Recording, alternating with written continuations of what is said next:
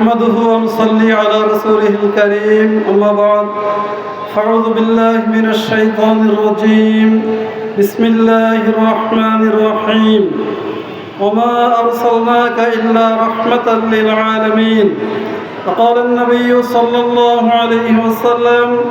لا يؤمن أحدكم حتى أكون أحب إليه من والده وولده والناس أجمعين صدق الله العظيم হেফাজতে ইসলাম বাংলাদেশ যখন জেলা কর্তৃক আয়োজিত আজকের এই শানে রিসালাত সম্মেলনের সম্মানিত সভাপতি মঞ্চে উপবিষ্ট হেফাজতে ইসলামের নেতৃবৃন্দ উপস্থিত তৌহিদি জনতা, আমরা সকলে অবগত আছি যে হেফাজতে ইসলাম বাংলাদেশ তার প্রতিষ্ঠার লক্ষ্য উদ্দেশ্য কী, তার কর্মসূচি কী। হেফাজতে ইসলাম বাংলাদেশ যে উদ্দেশ্যে এদেশে প্রতিষ্ঠা লাভ করেছে তার সেই লক্ষ্য উদ্দেশ্য বাস্তবায়ন করার জন্য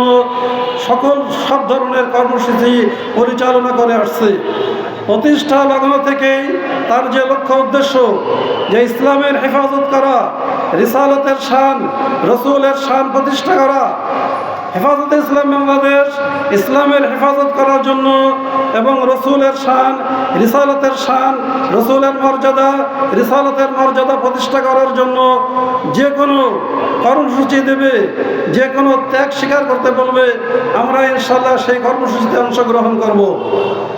হেফাজতে ইসলাম বাংলাদেশ তার কর্মসূচি সফল করতে আমরা সকলে জানি 13 সালে শাপলা চত্বরে যে কর্মসূচি দিয়েছিল, সেখানে তাদের যে কোরবানি পেশ করেছিল, রক্তের নজরানা পেশ করেছিল, আমরা হেফাজতে ইসলাম বাংলাদেশ সেই গণহত্যার, হেফাজতে ইসলাম বাংলাদেশের সেই কর্মীদের শাহাদতের, সেই রক্তের আমরা বিচার চাই এবং সেই রক্তের বিনিময় হলেও রসুলের শান, রসুলের মর্যাদা আমরা এদেশের প্রতিষ্ঠা করেই ছাড়বো ইনশাআল্লাহ। এই আশাবাদ ব্যক্ত করে আমি আমার সংক্ষিপ্ত বক্তব্য শেষ করছি। ওয়া আখিরু দাওয়ানা আলহামদুলিল্লাহি রাব্বিল আলামিন।